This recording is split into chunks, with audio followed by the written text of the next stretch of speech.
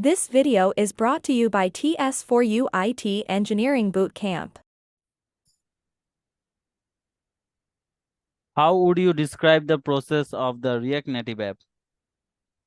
So this is the similar to the mobile application development. So we have the product owner, and all the mobile app user story is defined. Which user story will be actually goes to the mobile application, and once the backend is completely developed and tested, at the same time the UI UX based on the mobile app need to be the design, and after the design is complete, then actually start the consuming the API for backend API. Once the consumption is done, then the testing happen. Testing happen two ways. One is the virtualization, that you can actually get the code, you can get the build, and you can test on many virtual on your own environment.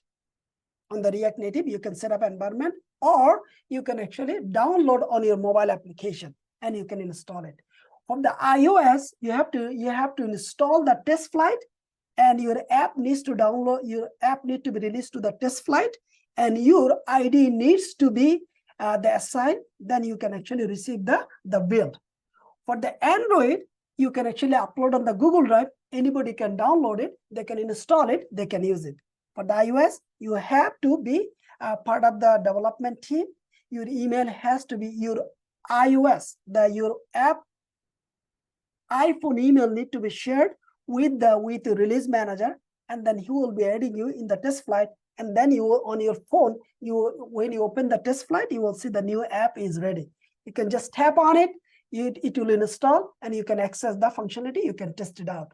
When the new version comes, the same process.